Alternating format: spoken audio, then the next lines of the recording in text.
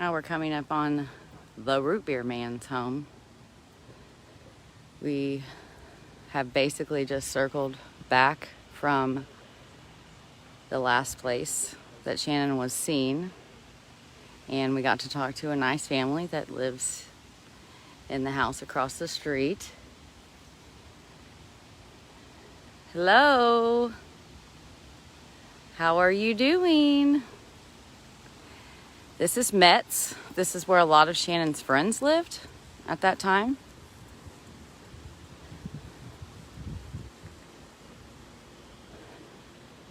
Very small, a lot smaller than I was thinking originally. And she was known to have cut through, actually I'm gonna go back for a minute, cut through this little area. It's so hot out here, I am dripping sweat.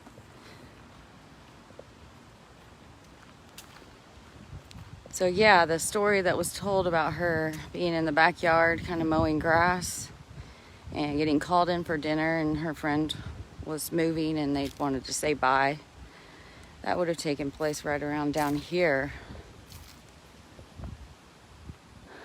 right in there.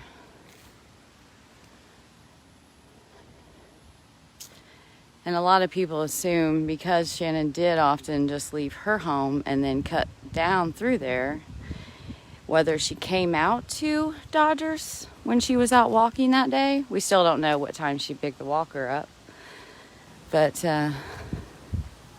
or if she cut through and went straight on to Metz, the middle of Metz, and came out, because she did go to a neighbor's that lived there at the bottom of that road.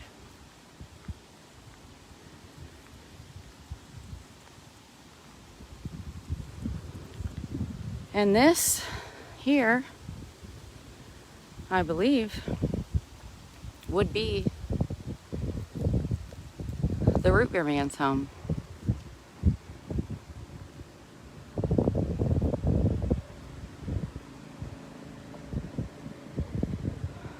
Where the dogs were said to have been hitting on. The one that was charged with the child pornography and had the kids come over, obviously, and get root beer and do house cleaning for him. Sure doesn't give you a good feeling still to this day, if I'm being honest. I wonder if this is still the original, like the same home that was here then, or if it was different. As you can see, there's barely any space between his home and where the walker was found. Wonder if that was still there. Not sure. We're gonna have to find that out. But as you can see, we are kind of going downhill. That was the Halloween man's old home, and the walker was pretty much found right in front of his home, which is another thing that, once you see something in person, it changes your perception of what you thought you knew. So this was a good experience, and I'll have to correct some things on the podcast for sure.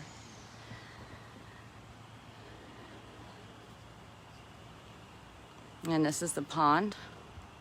I'm betting this is probably one of the, in parks like these, this was the inspiration for roundabouts that we all hate to this day. Miss Mary's again. Her friend that she went to that said she had the walker with her when she came would have been right over there in the White House. So again, everything is pretty close together. It's very, very homey feel even. Yes, we are getting some looks, but we've also gotten some waves, and even a family that talked to us for quite some time. And they knew all about this case. And so you still have a neighborhood that cares and loves. And then he went to Selma. And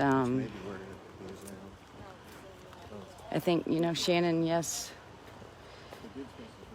you always have your mommy and your daddy and your sisters and your brothers and your aunts and your uncles. And of course, there's nobody in this world that's going to love them more. But you also have a community here in Prattville that helped, and especially in Candlestick, that helped raise her too, you know.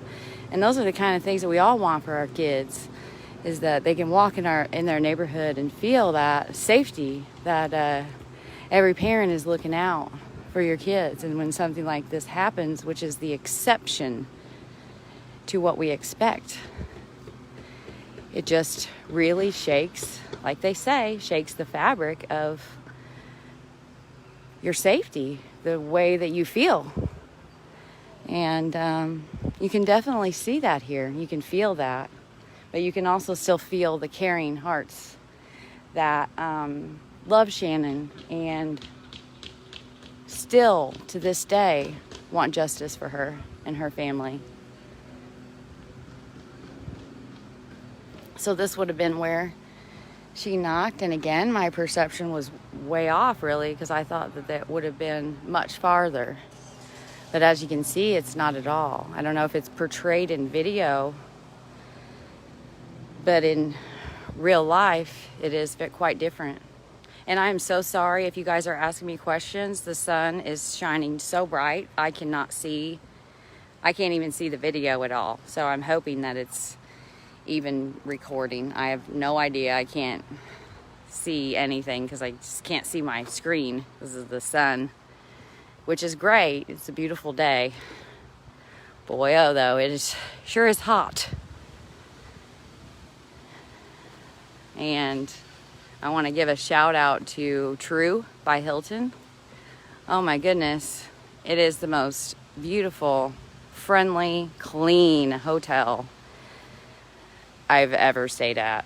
And I'm not just saying that. They didn't pay me to say that or anything. But we had a situation with the first hotel, and I ended up having to move. And they accommodated me, didn't charge for me to check in early either. And, you know, gave us a little bit of a discount, which was so nice of them. They didn't have to do that. And it really is a beautiful hotel. Like, I wish there was one in my town. We have Hiltons, but we don't have a True by Hilton. But it is very, if you're young and techie, it's the place to go. They have upstreaming is off the charts, so that is awesome. Way better than my house.